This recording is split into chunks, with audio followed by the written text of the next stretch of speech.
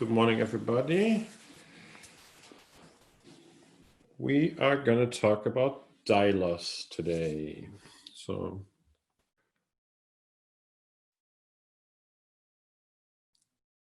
give me 1 second.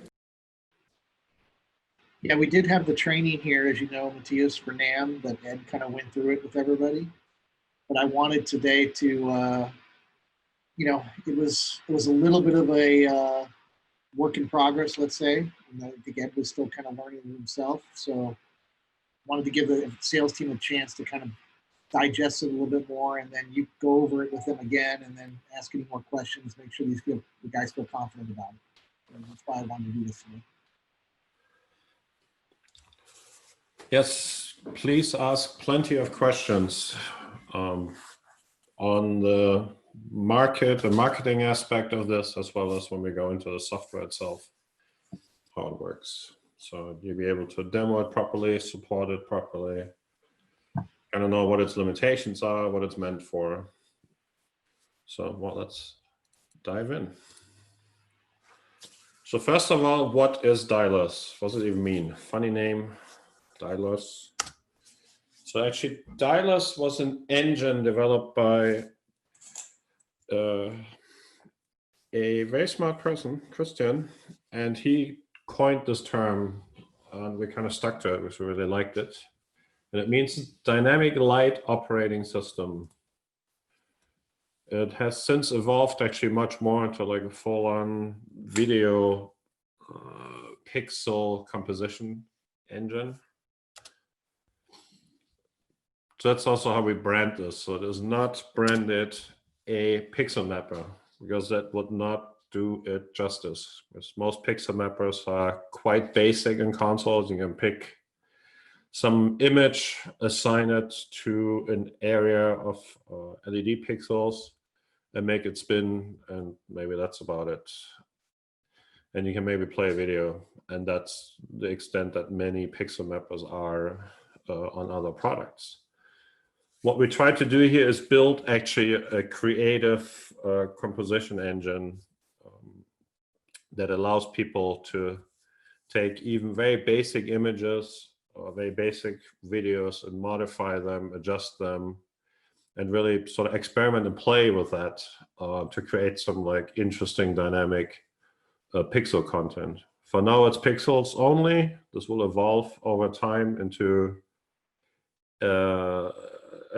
the ability to also play out video, but we're focused for now on the pixel output of the system. So it's very important when you may compare that to HARC or ChemSys or MA pixel mappers, how much more this actually does. So this is sort of a hybrid of many different concepts out there. You know, Matrix is a very popular pixel system that is a bit more advanced. Obviously, Archaeos has some sort of pixel output, but it's a side effect of it being a video server. What we tried to do here is really integrate this whole pixel system into a lighting console and take advantage of the infrastructure that we have there. So it actually acts like pretty much a full media server that allows you to generate this pixel content for fixtures. You know, any sort of fixtures will work. It could be RGB, CMY. It works with plain intensity fixtures like blinder, any sort of things like that. And you have pretty much endless control of stuff. Like, I mean, there's millions of combinations you could come up with. You know, there's a few hundred parameters really in here. Not all of them are always relevant. The system does some work there to sort of group things together. It's a bit dynamic how it opens and shows different controls.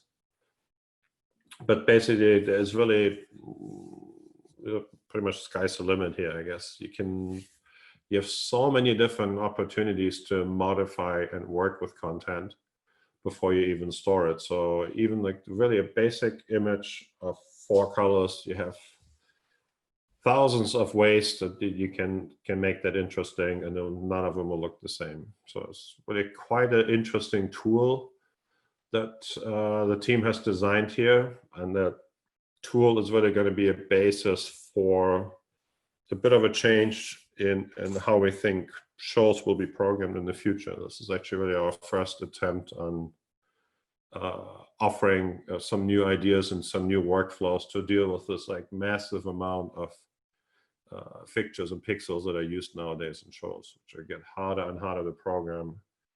So we're trying to offer a way that is maybe a bit more creative, rather than so heavily command line and number driven.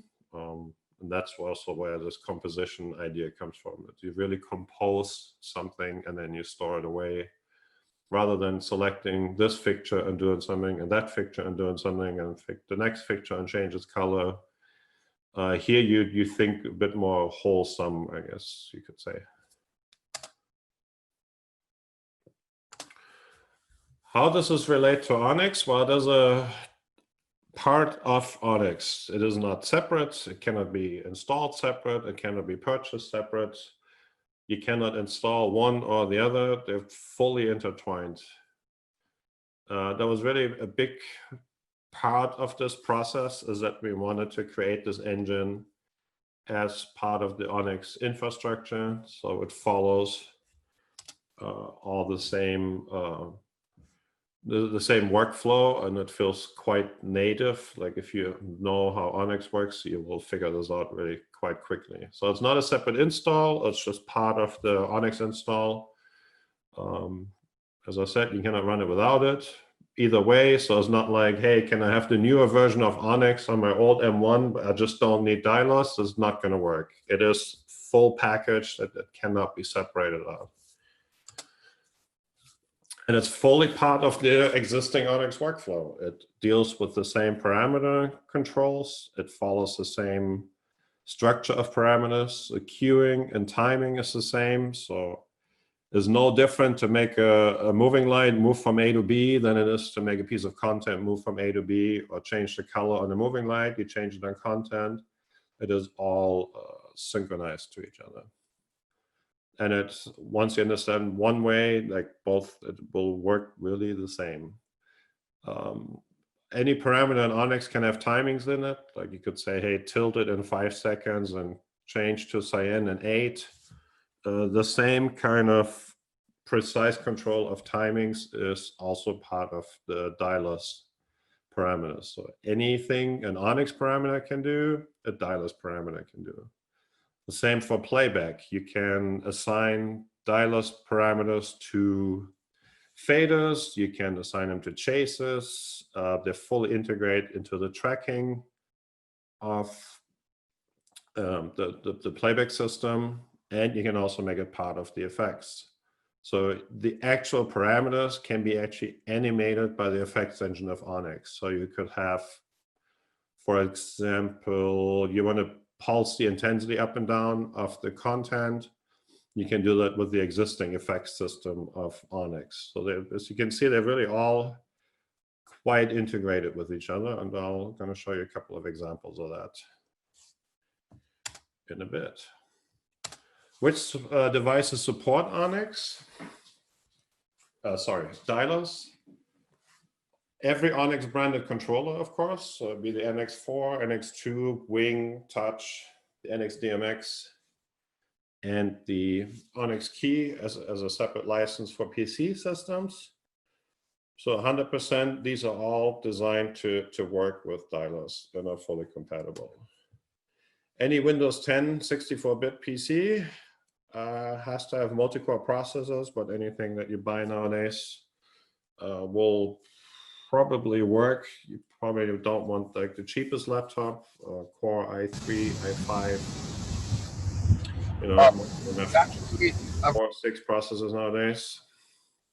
That should work. Ideally, you have a laptop, if it's a laptop-based system with a dedicated graphics card.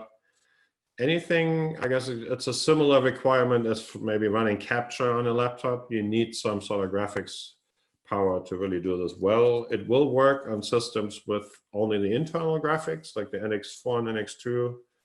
use the Intel Core i5 with the existing Intel graphics chip, and that works really well.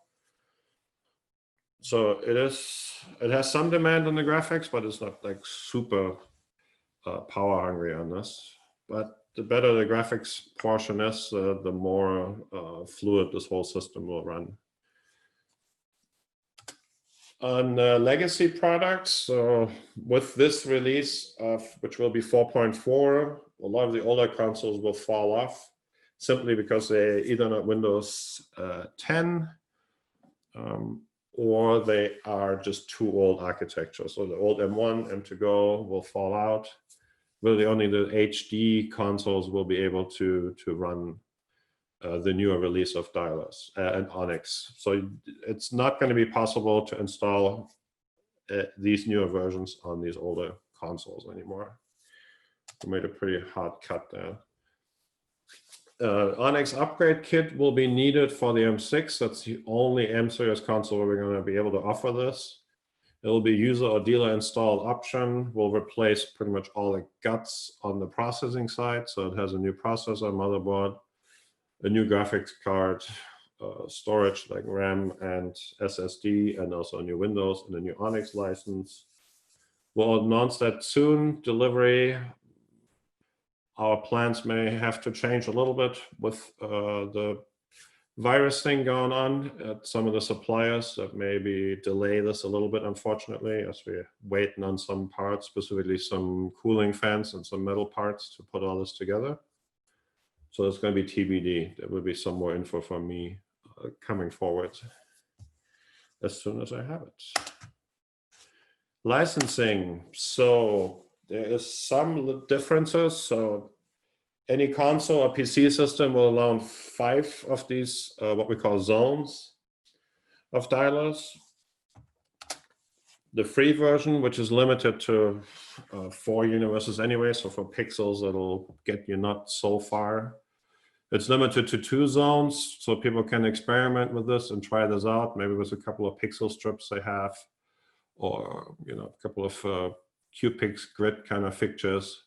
The other zones are there for programming and testing, but they will show a demo watermark, like a sort of nag that goes through periodically to show you that these zones are not licensed.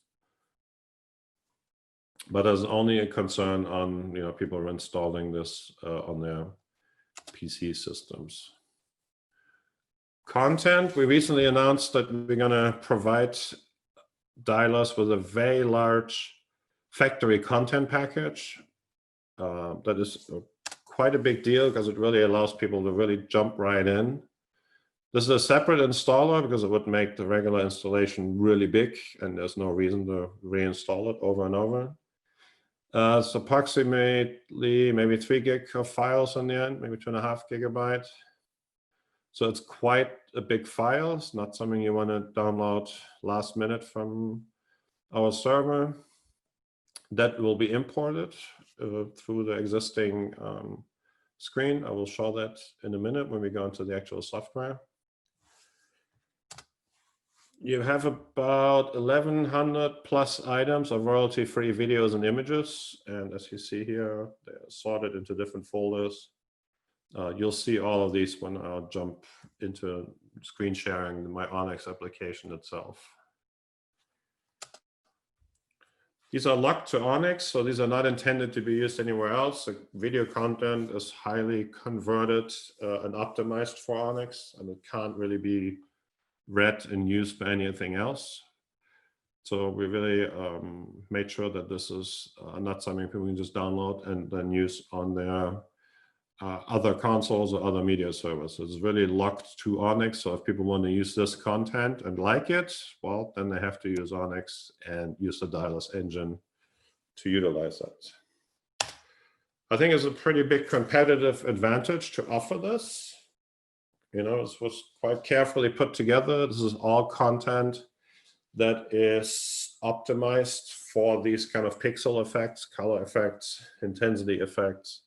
So this isn't like people walking down the streets and planes flying through nature kind of content. This is all very graphic and quite high in contrast, And then with the features that DYLOS has to modify this, this is really like an endless amount of things you can achieve with this.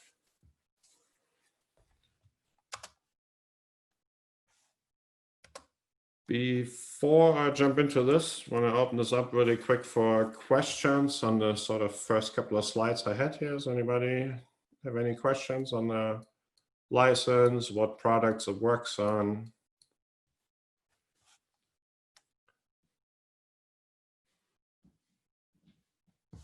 And remember, you're all muted.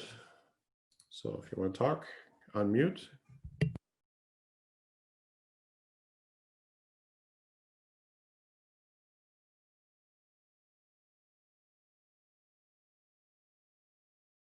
Nope. I just had a quick question. So basically, it's going to be available on the new Onyx release for all NX series, and then the older M1 series is just being phased out, correct? Sorry. The older consoles, yeah, then they basically will keep the existing installer online, but they're not going to be able to be updated further than 4.2. They're going to continue to get library updates, but no new software. And I would caution to be kind of careful about how you approach that with people, because a lot of people are really sensitive about it.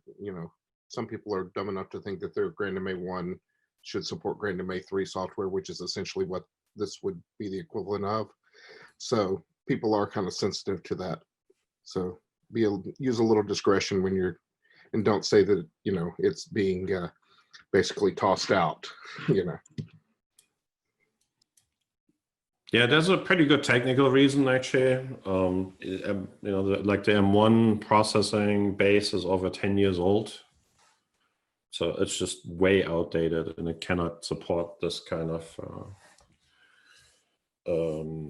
video content system. It's just, we see also that these consoles are failing now because the processors are really worn out, and some of the electronics and power electronics on the motherboards are starting to fail. So it's not a good experience to even try this. So it's, they have to stay where they are, or if they want to upgrade, we have NX4, it's a really nice upgrade we can offer. So yeah, sometimes it is unfortunately time to move on. Just like your iPhone stopped working after 4, 5, 6 years because the software is just moving ahead of what the processor can support. And then if it doesn't become a good experience for the user, then we'll unfortunately have to make a cut at that point. Yeah. Anything else? Todd's asking here about content. We'll show you that in a second, how content gets imported and what specifications the files are. All right. Let's look at the basic workflow on this. So assuming that you all understand roughly how the console itself works. So the console has a feature called the 2D view, which you see over here. In the 2D view, you can place fixtures like here's chorus lines are placed here. You could have, QPix, grids, single fixtures, flex tape, lots of RGB. All this can be positioned in this 2D layout, and that gets you basically a plot view that helps you to select fixtures quickly. That's how that started actually. It gets you some feedback that the fixture's intensity is on, which color it is. And we expanded this plot view, this 2D view, to also be the home of the DYLOS feedback. And basically this box here with the arrows is actually one DYLOS zone that is placed here. Here's another one placed. We'll see that when I turn the stuff around. So first of all, the fixtures have to be on the map. Otherwise, you can't generate output of these fixtures. You add the zones. I'll show you that in a second, how that works. Then you add your content, or you already have your content, like factory content in there, either way. You select the content, like you basically select, I want to change what is played back in this area. You select it and modify it, and then you store it as a queue. and then you play it back. And it is really no different than saying, hey, I want all my Da Vincis at full pointing here in this gobo and store this as a queue. It's actually exactly the same workflow as operating an automated fixture. We really try to make sure that this doesn't feel any different on the basics. Of course, since it's video, there's a lot more options and a lot more settings per zone that you can work with, but the sort of the basic structure and the basic idea is very much the same. So I have this screen layout. This is my layout that I work with, and we're going to see the same one when I jump over to Onyx itself. So you have the zone selection up here. You have, these are like in my show, I have 3 different zones assigned. I have this graphic playing here. In zone 2, I got the graphic behind the pixel strips here. And here you see a zone that says demo, which means that this zone is actually not currently licensed to run, and it will show us a little demo nag screen coming through. So you have your zone selection here where you click on items. This will populate this thing on the bottom. Here you have your 2D plan. You don't have to have that up. You could just look at the fixtures on the stage itself. But obviously, when I test this, and when I want to show this and demo this, or it is a lot. It's very helpful to have this in the corner here. Down here, you have your content browser and parameter access. This is actually a window we just recently added. We'll see a lot of this when I jump in here. And then you have the parameter control, which is the same that you know already from the console. This is exactly the same place where you pick your fixture, modify the pan tilt and the color, and pick a gobo and make it sharp. Exactly the same controls are used here in DYLOS. Zach asks here about the zone composers. Yeah, there's a new default workspace that has actually some of the stuff in here. And it's also part of the new file, training file. And the training file will have a couple of pre-made cues in there to actually showcase what this is capable of. All right, so enough PowerPoint. Let's actually see how this works.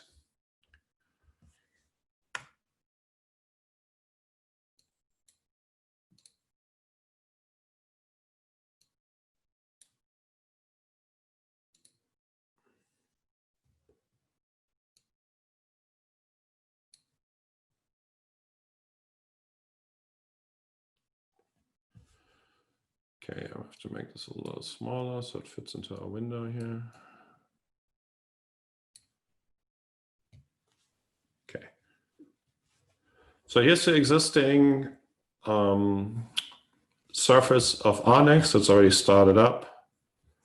First of all, to bring the factory content in, you would do this here in menu. I have to make it a little bit smaller, sorry. There you go. Menu, load, save, settings, import DYLOS content. And you go here, you click on the file that you downloaded, it would be here, Onyx factory content. You open that and it'll import all the content files in. Takes maybe 5 minutes to place them all, depending how fast your hard drive is. Really recommended for working with Onyx in general is an SSD drive on your computers. If you use this on a PC, with DYLOS, that's absolutely mandatory. It will not really work well because the access times of hard drives are just way too slow. So you really gotta have to make sure you have an SSD drive in here to use this and demonstrate that. So just remember this. I click on the little Onyx logo here, go on the menu. On the console itself, you can just hit the menu key. Menu, load, save, settings, import DYLOS content. You pick the content. On the console, that window will look a little bit different because it doesn't show the regular Windows surface, but it shows this custom user interface that we designed. When you bring that in, you're going to have this library here. And this library is divided into different subfolders. So you have images and video, monochrome. You have images in color, video in color, video in red, and so on. So this, we try to like organize this a little bit to help. So blue, green, blue, bunch of gobos that you can use. Even simple gobos like this are quite fun. And I can use my mouse here to scroll through. If I want to bring in my own content, I'm going to show you this as well. So you would go to, so this is a factory content. You see it's locked up here. If you want to bring in your own content, you have a couple of folders. And I'm going to move one over here.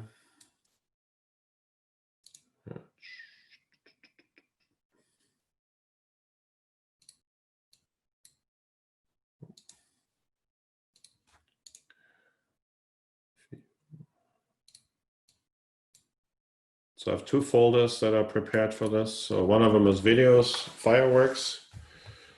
And there's a couple of ways I can do this. I can actually drag an entire folder on here and just drop it. That will import everything. I can click onto this and say, I'll do a right click, import content.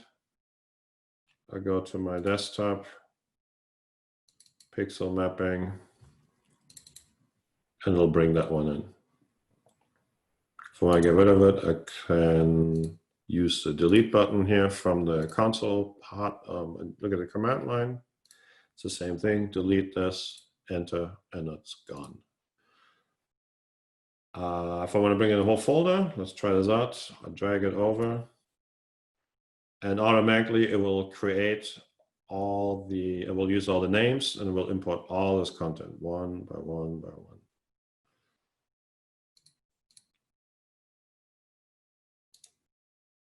I can rename the folder, call it fire.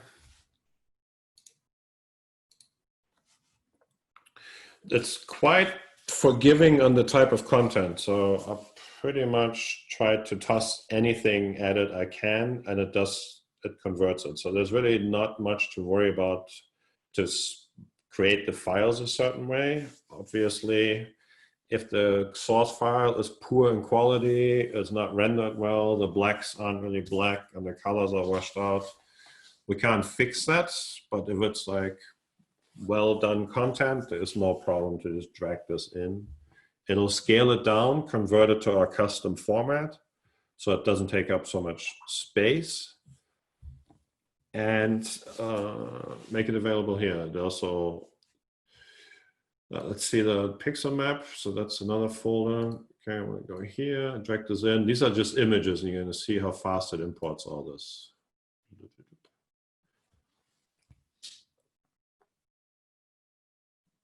And it's finished. So now I'm done with importing my custom content. So it was pretty straightforward. Just now, as I'm going through all this, feel free to unmute and chime in with some questions.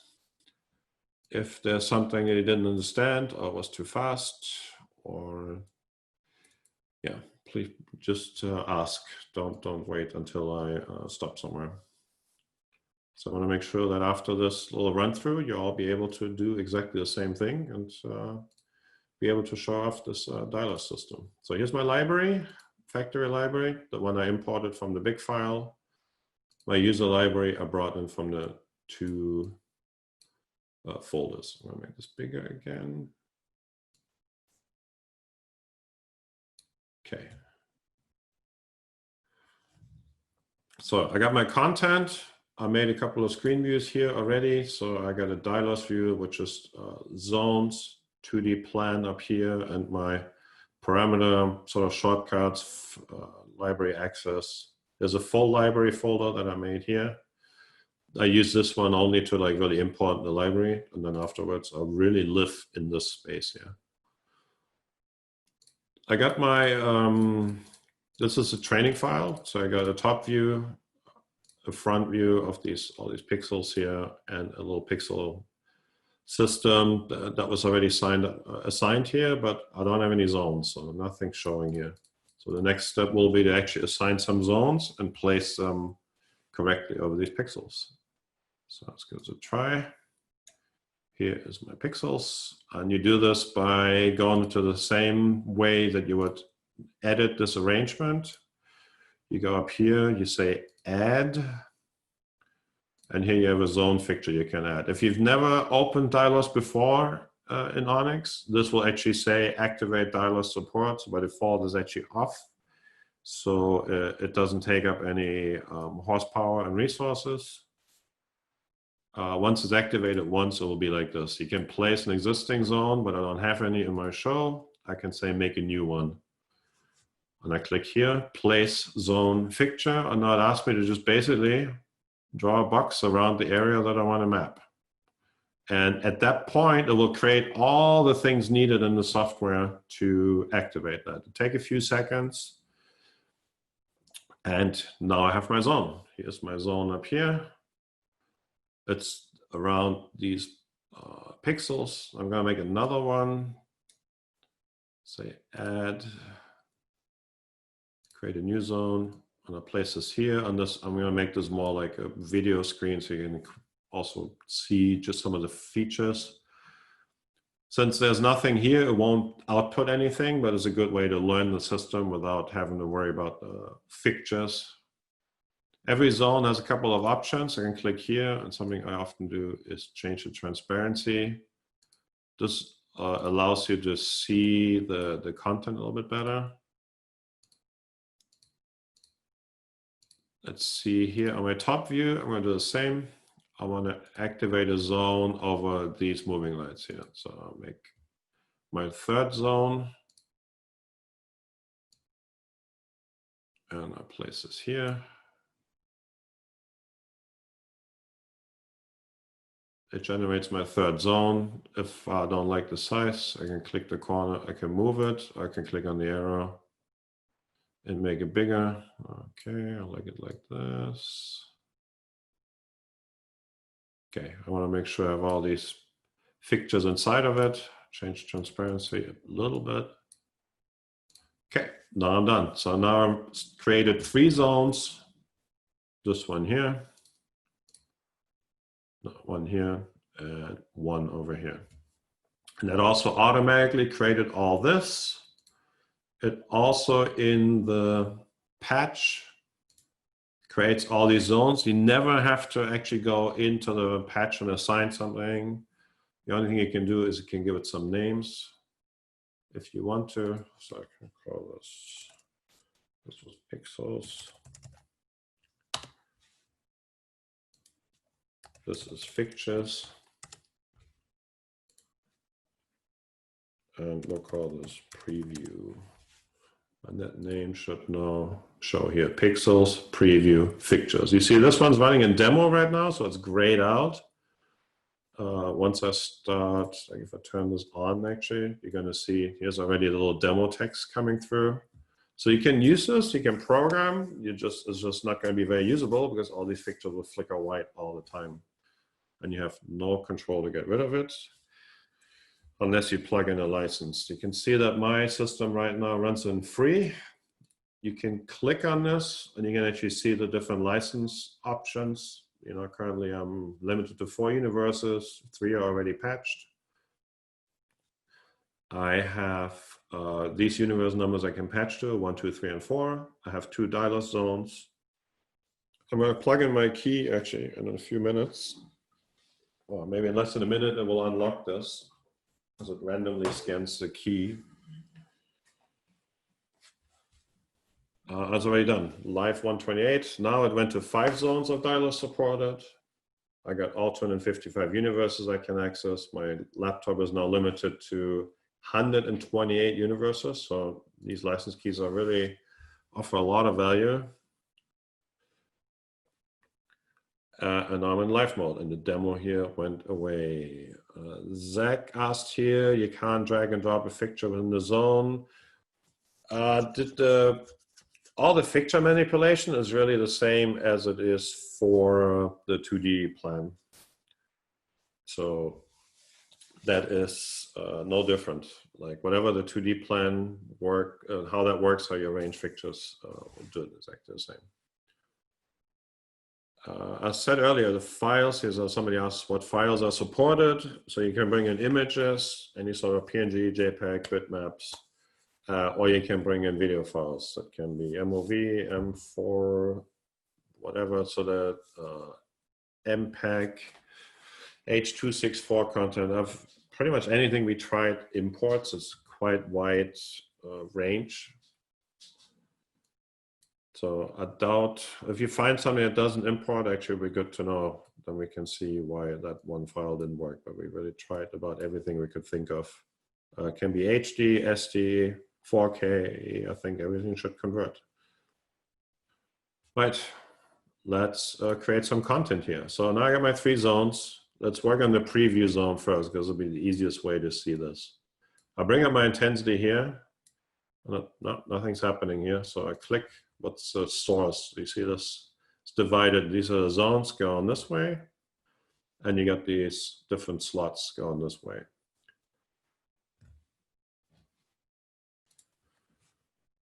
I'll go to my pixel zone. I'll bring up my intensity for the zone. So the zone itself actually starts sending the color data and not, so if the zone's down, the normal Onyx part will win. I'll bring the zone up. Now the fixtures go down because I have nothing playing in my source. And I just bring in something as simple as a picture. And now the picture is referenced here. Do something with video, so it's a bit easier to see. Okay, so this is playing here now. If you look here, you can actually see the content going through here slowly. As I change here my different content, you get different kind of effects here, little chases. So that's just playing the content without doing anything to it, just sort of picking something. You see some of the stuff looks a bit washed out, so we're going to look at that in a second, how to make this more interesting. But this is basically, you select your zone, you assign a piece of content, and then you modify it. Clear this out. If you don't have this window down here, you could also click on this guy here, and this will get you like a mini pop-up like this, where you can also pick your content right here. And then it's like, wow, why don't I have any output? Because your intensity is down. So always pay attention if something is not coming out. Oh, the fixtures, usually the fixtures have an intensity slider that isn't up, and then the zone itself has an intensity slider. So all these things have to be in the right place. And now you see the pixels being animated here. You can also click onto the zone itself here, and there's it's kind of hidden here. And if I do it here, it's a bit easier to see. Here's the same icon up here, and that'll create the same pop-up. So if you don't have this mapped, you know, maybe in a big view like this, you're like, I just want to change the content here really quick. You can click on the little guy here and say, oh no, I want this. Maybe I want this, want this. So you can quickly adjust your content right here. The same window gives you some shortcuts here for the speed. You can say, hey, you know, I really want this to go back and forth. I'd like it to be random, so I will just pick random. Patterns is a great way to create some chases. And then when you're done, you just click anywhere and it goes away again. But we're going to stay in this view. It's just a bit easier to see. Let's assign something here. My preview zone, which I called it. So we're going to put a green video in here. Okay. No output because my intensity is down. And I hate to actually click into the right window too to assign this. So I will make sure. One thing you really have to be careful with DYLOS and in general with the workflow of these systems is like, where are you working on? Just as you have to make sure you have the right fixture selected, you also have to make sure you have the right source button selected. So here I go to green. Where are you? Yes. So here I have some content playing. Yeah, I actually have this in the wrong thing. Clear this out, do it again. Bring up the zone, source, assign my first video, click on this zone, assign my other video, and bring up the intensity slowly. Okay, so now I have two clips playing here. One is actually on these pixels, and one is right here. So yeah, if you like this, you could already save this as a cue down here in the same way you would record anything else. You just go record, click a cue, make the cue list, clear out what you have, and bring this up. And you see it'll blend slowly into this. Stop the cue, bring it back up. And there it goes. Then from this point on, I can start modifying the content. So I'm going to clear this out for a second. Release the cue here. And let's just play in this window for now so you understand these different content manipulations. And I'm going to turn the strips off. So just focus on this area here for now, which is my preview. So the first thing is I bring in a piece of content again. And this time I'm going to bring in something very basic, an image, which I tried earlier with Christian, which was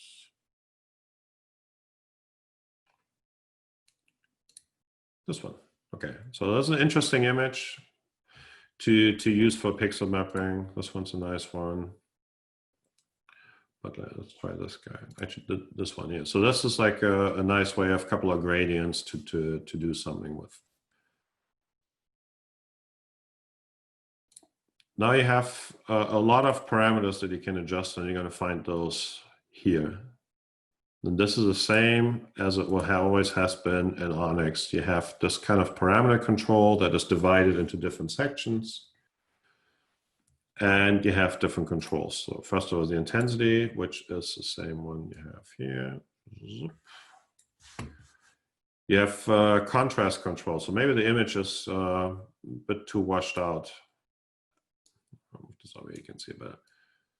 So you can adjust contrast just like you can do on your television at home to increase basically the contrast of this. I can dial down the intensity to make this even more stark. So you can see on a picture like this, if I normalize this as a bit washed out, adding a bit of contrast will really help to make this actually work better for pixel mapping.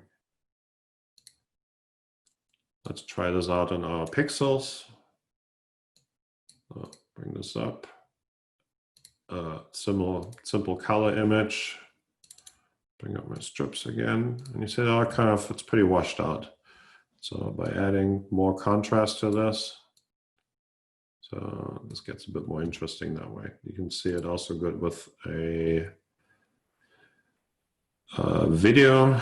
So this video, if I make it normal, everything is on like all the time. If I take the contrast out, you almost see it gets quite washed out. Eventually it turns out to all mush like this.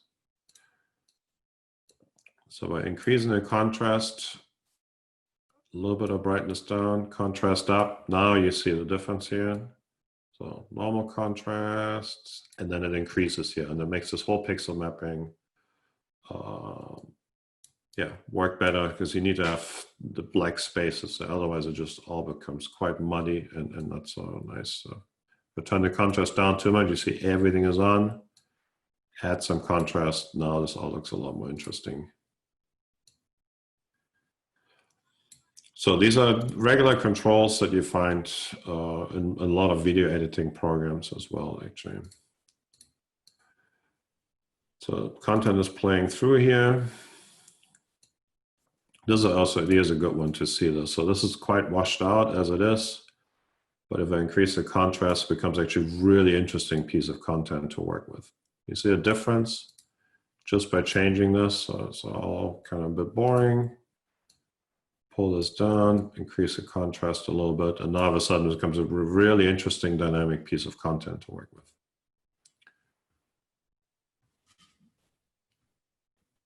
Next thing I can do, I can manipulate the color. I'm like, well, I really don't want green in here, so let's take it out. Now I got a nice orange, magenta, blue chase. I'm like, oh, I don't want blue in it. Now it looks like reggae. So you have the same color controls here. It uses the color picker, so I can easily use my color picker to adjust this.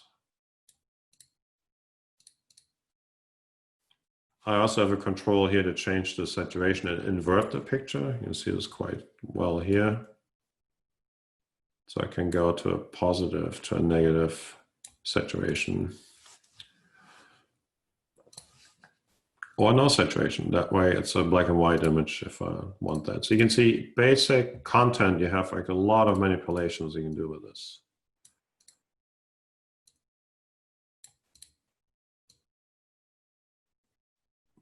Yeah, much more interesting this way.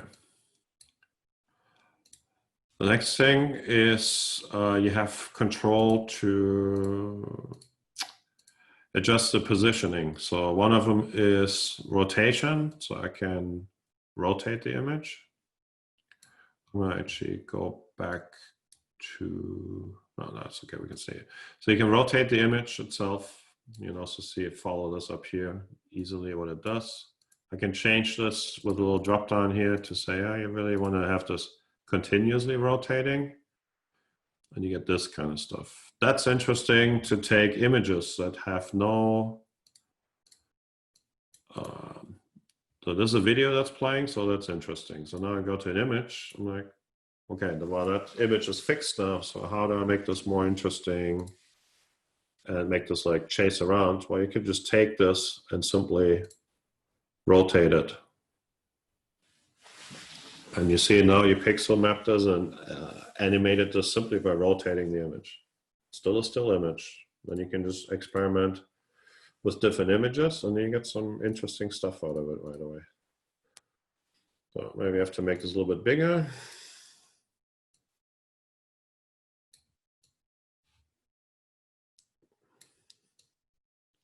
So I don't have any black spots in here. So now you have made a really interesting color chase, which would almost be impossible to program. And that's like really the power of these this pixel composition. Can take even the most mundane images, like a little reggae picture here of 3 colors, and you animate this, and all of a sudden you have this really interesting color chase. Let's step back out of this.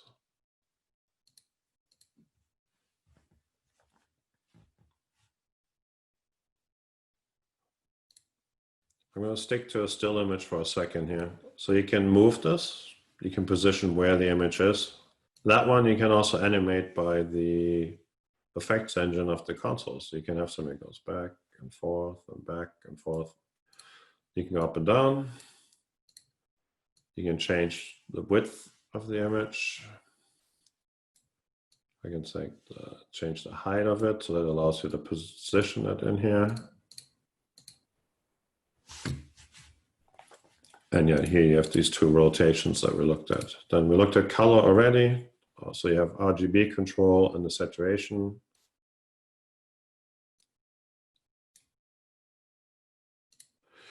In Gobo, we positioned all the things that you would find similar in a movie night. It's like, hey, what?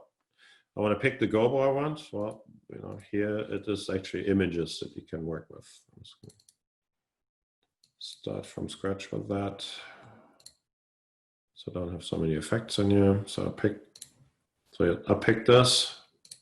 You can browse here. So if you don't have this, this will be exactly the same. You open this up. You can click the little arrow here and you also get a library that you can simply click through.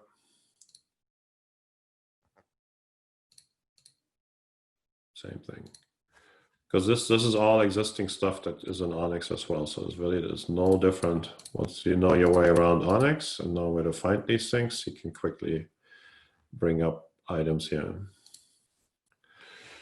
In the global control, you also have the speed of the global. Just like global rotation, you have a speed for the content itself. You can go really fast. You can go fast backwards. This is quite abstract this way, so we added also these controls down here. So the video that you're playing, you have also control to do this right here. And you have a loop, always forward, loop backwards, random. Random is quite interesting. So pick a video like that.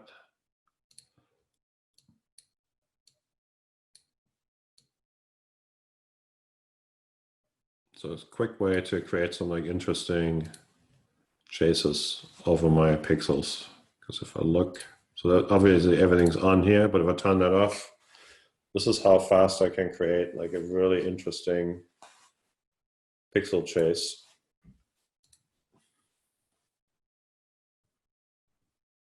By simply going to random, I can go to loop. So it loops up and down.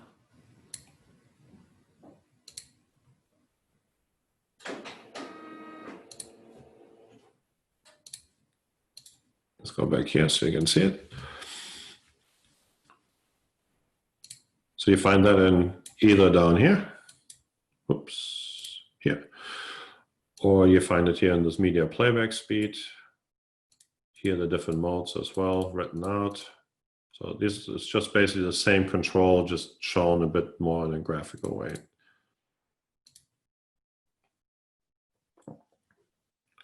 In beam control, you have some other zoom options here. I should find a better image for that.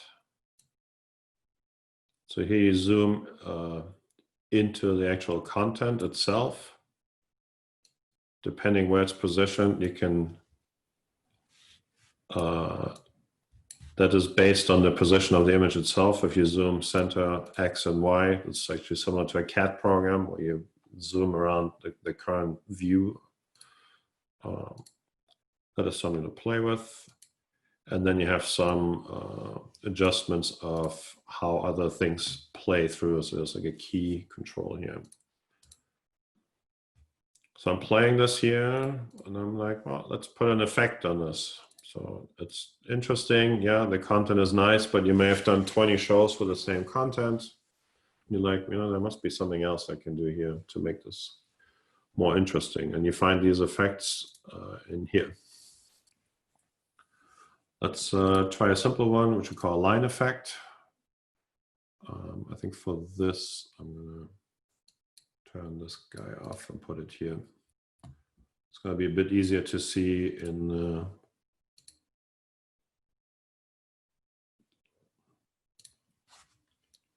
here's a good one.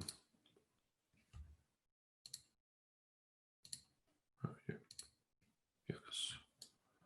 So move this over here and then just follow along what's happening in this window. So I pick my content, okay, all good. And now I want to go and add an effect to it. And there's a couple of things in here. One of them is a line. It gets you this kaleidoscopic looking things. So the effect is picked here. Now you have to start working in these effect slots. So here, so you control the content and how the content looks. And in these two slots, you actually work with these effects here. And you will see that the controls change a little bit. So here you have a control to adjust how often this line is repeated on the x-axis and how deep does this, you get this sort of like tunnel effect. So very basic content. I can create these like endless loops. Okay, so I'm like, oh, that looks neat. So let's do something with this. And you can find that in the animation. So you can say there's a depth animation. You can make this a continuous thing. No, it's like, okay. Like, okay, that looks good. So as you can see, there's really quite some interesting stuff you can do. And then I can also animate the rotation. I can rotate that. Or I can say I want to have this as continuous. And it gets really quite busy quickly. And now I can go, I'm like, maybe that content is just like too much. And I can try something different.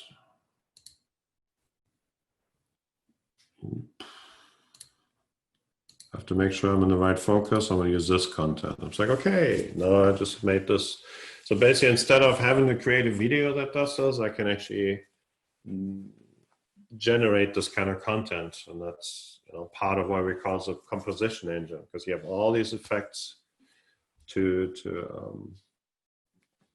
create something out of this really sort of quite basic items. This will work also with video, so I can go and put like a monochrome video in there, like this guy. And most definitely you can go too far. So this can go just too much. Okay, let's take this out. No, I don't want to rotate this. But maybe this is more interesting like this to me. And you can, yeah, you have like really a lot of creative control. You can also change that there's a full circle, or maybe it's just a line. How often you want to tile this. Yeah, so it's really quite quick to do something. Another effect would be coloring. You have some color effects here. Let's say a 2-color effect.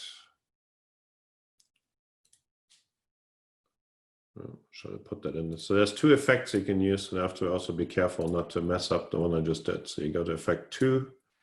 So I want to have 2 colors on here, and then you can define the colors you want to replace on the image actually. So one of them is red, and see, no, I recolored the image, but I kept all the black parts, and now I can actually tell the black parts to go to blue. So this is a black and white image, and all of a sudden it looks completely different what we originally had.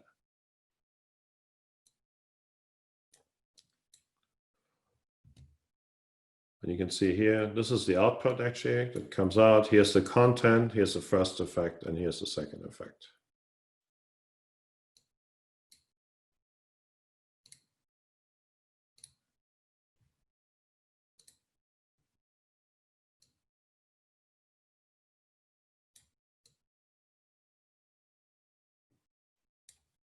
So this is going, I'm like, all right, let's try this. What did it look like with different content? I go back to my media and I pick some other animated video. Oh, where am I here? Oh, yep, there it is. So same effect. I have this red and blue control here.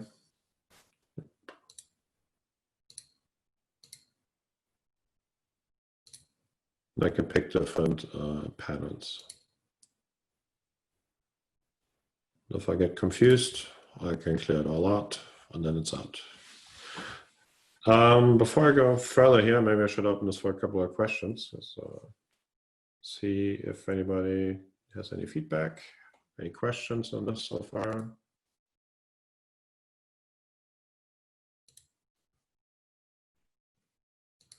Everybody's still here, so that's good.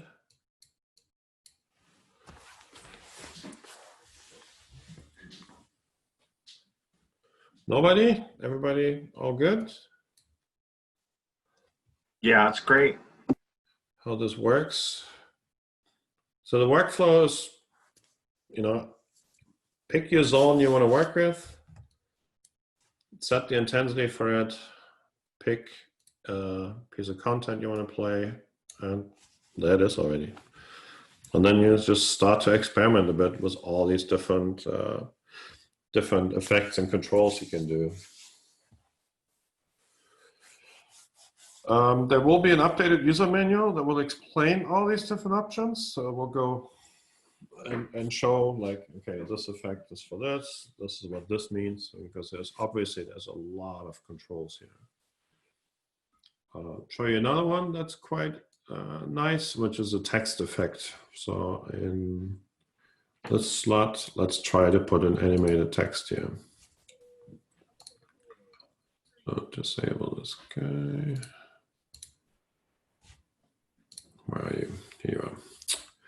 Text. So I want to write a new text. I'll say create some content. Hello, DYLOS. So I made this text here, and now this text already starts scrolling through automatically. Then I have control over the direction, speed. So I can say I want this left to right, back and forth. I can select which font I want to use. Okay, like that. I want it cursive. I can decide how big I want it. And then if you open up this control, you actually see a little bit more. You have some scrolling that you can pick. You can pick which line you want to play back. Where's this? I can go up and down. I can zoom out of this a little bit. Hey, Matthias, can you hear me? Yeah. Yep. I'm trying to see how do you crossfade from one video to the next, but over the same fixtures. Do you have to create like two zones on top of each Yes. other? At the moment, you have to overlay two zones into the same area. Like if you pick different content, it will not crossfade. That is planned to add that it crossfades within the same source, but that is not completed yet. And we only have two free zones, or you only have two zones? Two free ones, yeah. But that free means right? didn't pay. So if you need more, With the Onyx key, you get 5 zones, 5, right? correct, and any console as well. Is that the limit? Is there going to be like 10 zones later on, or? At the moment, that's the limit. Has to do with processing power. We may expand that. Actually, the zones itself will get more layers. There is already foreseen to add layers underneath here. So where zone right now, putting two zones on top of each other is a bit of a workaround for the fact that there is no multiple layers possible yet.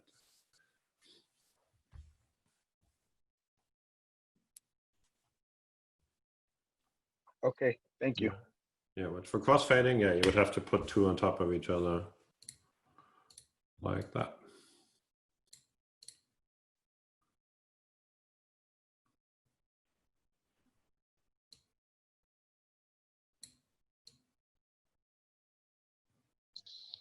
I don't know if this got answered, but when is the release for 4.4? I see Chuck Dillingham answered. I'll respond it. Damn it. The release, yeah, any day really. We've been playing a bit whack-a-mole with some bugs that came up. There you go.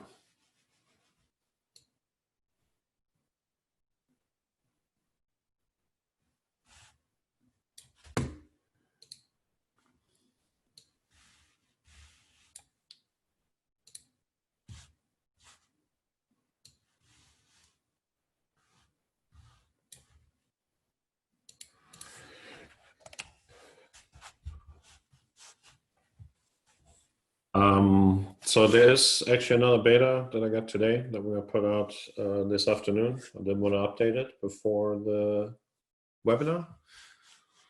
That would have not been good.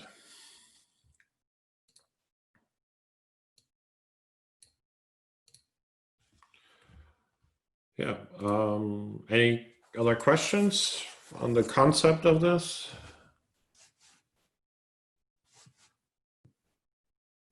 Importing content, working with content, manipulating it. Does it seem to work? This is clear for everybody.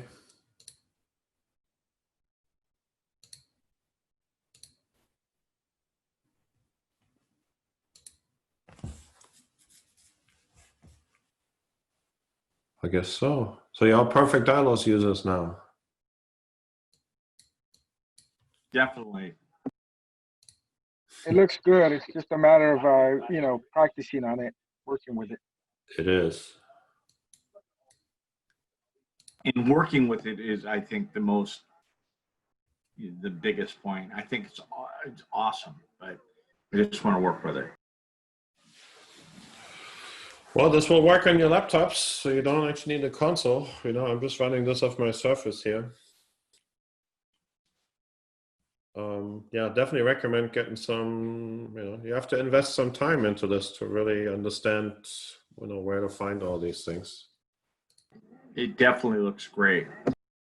But you can get some pretty amazing stuff out of it. And it has way more possibilities than any of the other media servers out there. Let's see, what other questions right here? So saving, yes, so you can save a show two ways, with or without content. The content is actually on your computer now. That's not really, it's like mapped into it. It knows that the content is on there. Even if you start a new show file, it'll ask you if you want to use the content you have already. So if you have some sort of library of things. When you save this, you can say save it with or without content. If you do save with content, it would block this now for quite a while because it has to save all the files that are imported with it. But you really only have to save this once with content and then pretty much have like it's as a reference file if you would go to a different computer or a different system. And then you really only need to save without content past that because it will always reference the right stuff. And there's no reason to make huge, you know, this could be easily a 2 GB show file every time. It's just a bit much. So you can just save a normal show and it will reference the content correctly. And the factory content is the same on every device. So it will always look the same no matter where you load your show in, as long as the factory content is on there. Russell asked about training videos. Yes, that is planned to make training videos. Actually, the same person that does our user manuals will do this. You want to play the same content as my video screen? Yeah, you will not get the content from DYLOS. You cannot import that. That is not content you will have access to. It is custom made for this and is locked down. So it's not that you can take this content and put it on your server right now.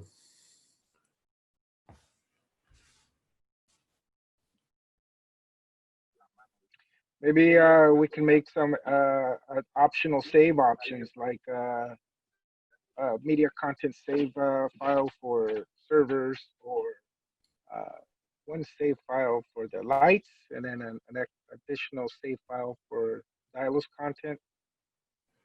So what you can do here, you get actually a drop down. You say with or without content. Mm-hmm.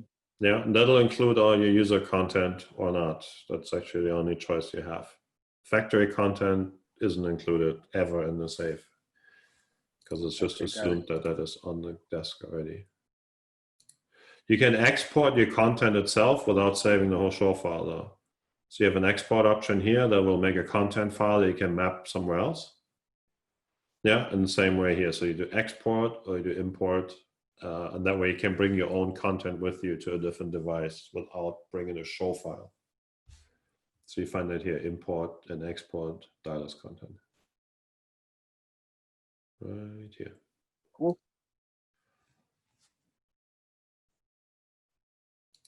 Yeah.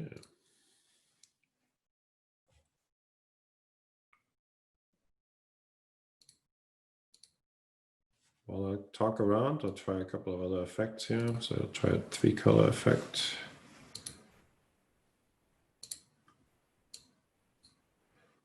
Yeah, so here I'm working with these effects options. So color 1, I'll make red. Color 2, I'll make maybe blue. So that basic flame video turned out quite different. And where it's black, I want it yellow. Well, there you go. Doesn't look at all like the fire that we played originally. And then on top of it, I can put a second effect. In this case, I'd like to put maybe some sort of tile on there. So I can do that.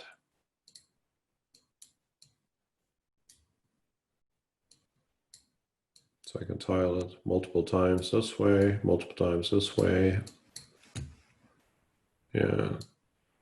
Hector, no, you can, I mean, the content, he asked about if there's a special resolution. The content is actually cut down and compressed to 256 by 256 pixels. You can bring anything you want really in. We have quite a sophisticated importer that optimizes all this content.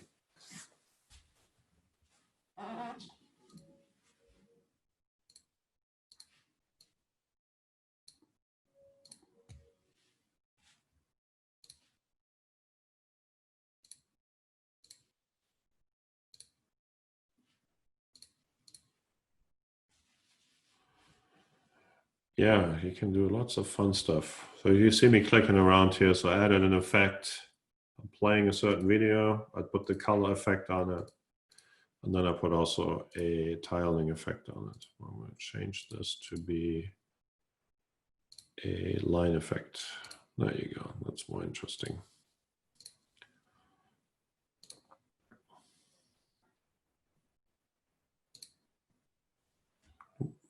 One, I need to work.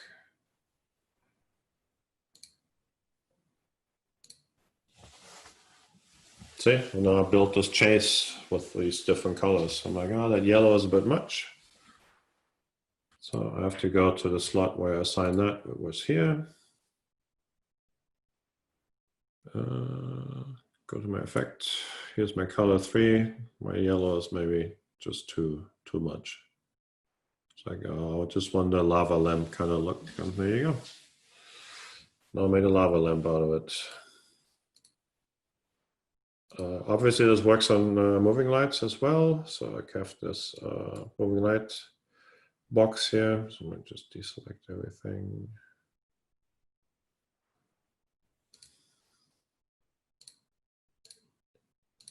This guy.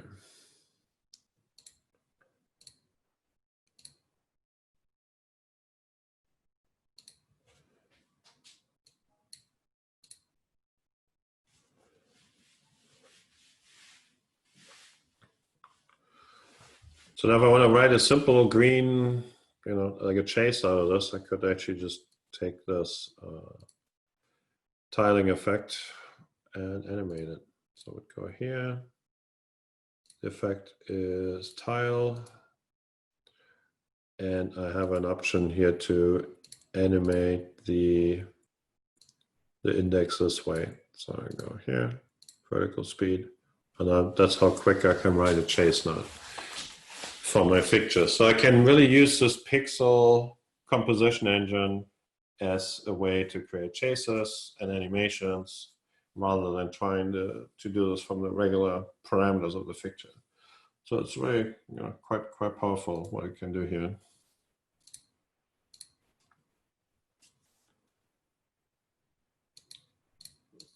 Let's see if I have some beams on.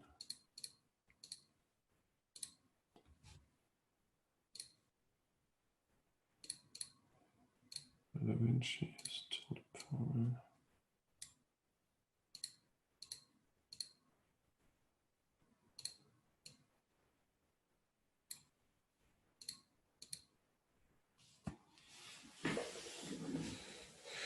So my DaVinci is doing this chase here right now, which is actually this guy here.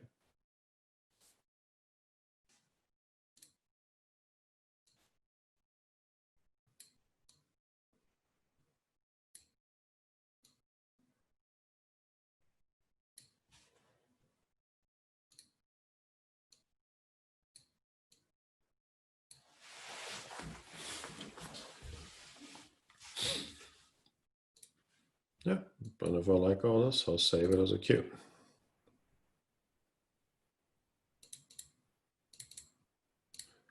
Same as I would do it on a console. So I'll save this as a cube. All gone. And there it is. Maybe. Yeah.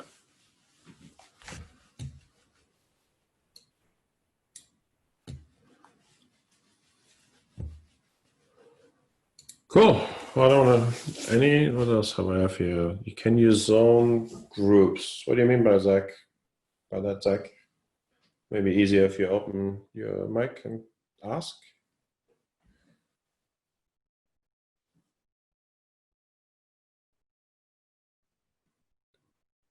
Ah, don't have a mic. Okay.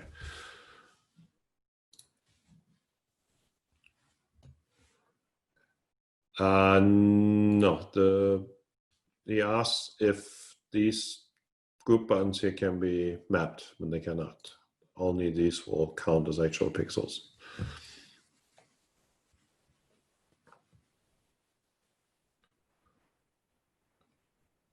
Yeah, if I don't like the way this goes right now, I can actually just rotate this content sideways. Bring up and tilt. Somewhere here.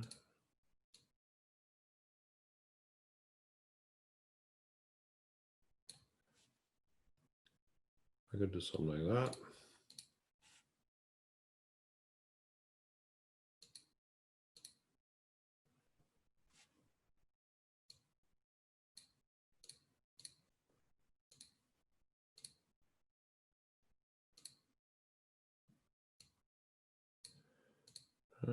Why do I rotate the whole thing? Christian, where are you?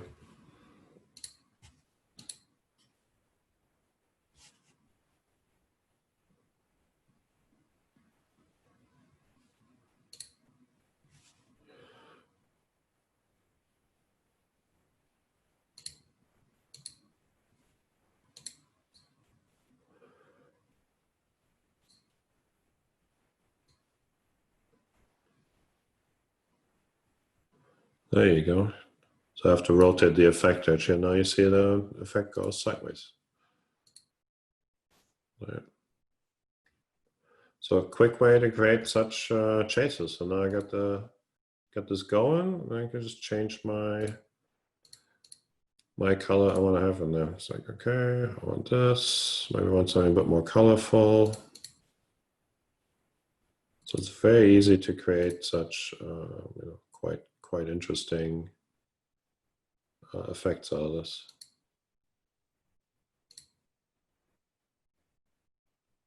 Like, wow, that's a bit muted. Maybe I like this a bit more, bit stronger, and that's where the contrast really comes in. So you can see that when you don't have good contrast, these effects get really kind of washed out.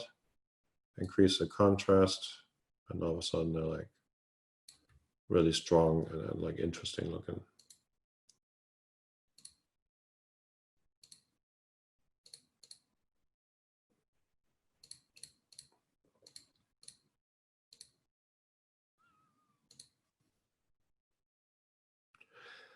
So these kind of effects would be really, really hard to write as a normal effect on the console, and programming them step by step would be also quite impossible.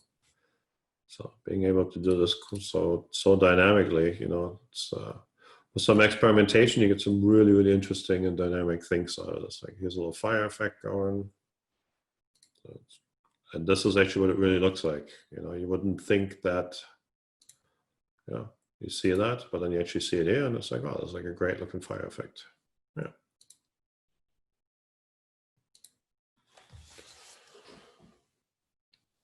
Okay. Right, we're at an hour and a half by now, so I think it's time to wrap this up. Anybody else have any questions?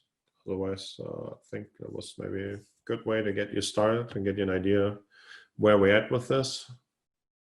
Really encourage you to install that version that I'm going to put up online today. You can find it in the forum, which I hope you're all members of. So it's still beta, correct, Matthias? Yes. Even though it's finalized, beta coming out today, but we're feature complete, so there's not anything else really being added. We're just squashing some bugs to make sure this is like 100% reliable. When do you think we'll start shipping this on consoles? Maybe sometime next week.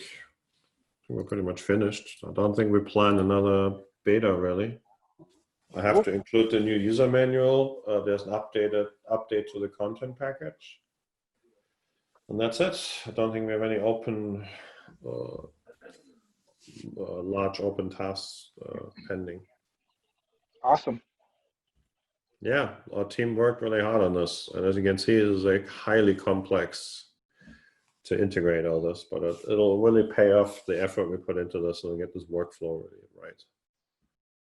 Yeah, and you know, once it's out there, we'll listen to the users and see how they get along with it, and going to continuously improve this. Like this section here, I have all these controls that'll keep growing and expanding. Yeah, always going to be careful to make this not too complex. Jürgen, yes, so right now it's RGB, CMY, and intensity. It'll expand to other color parameters, and it will expand to every parameter eventually. So you could even map an iris to it, or even pan tilt eventually. So you're going to use the color information to say everywhere it's red, I want a closed iris, and everywhere it's open, everywhere it's yellow, I want an open iris, and you can write maps like that. So in a way, this become a very, very powerful effects engine for us too.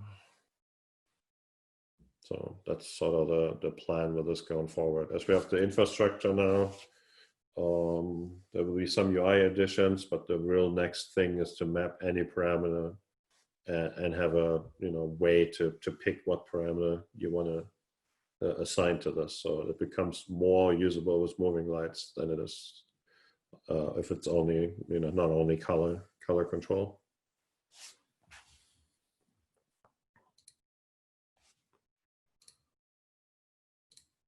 Yeah, I find it quite enjoyable to work with. I guess there's some really fun stuff you can do with this.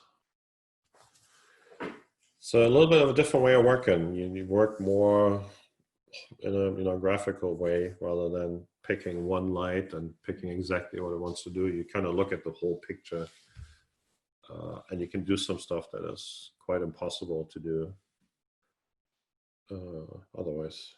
So yeah, that's DYLOS. I really hope our users will love it. I think it's with the content pack that we offer here, I think it's a big deal, and I think this we should be able to grab a good amount of new users and get people interested or come back that may have left for other platforms. This is going to be a good reason to revisit this. All right, so thanks very much for attending. And if you have any other questions, feel free to call, email. We have the system up here with Zoom, so I can always do a one-on-one if you have more in-depth things you'd like to know. So thanks for attending, and good afternoon to everybody. See you all.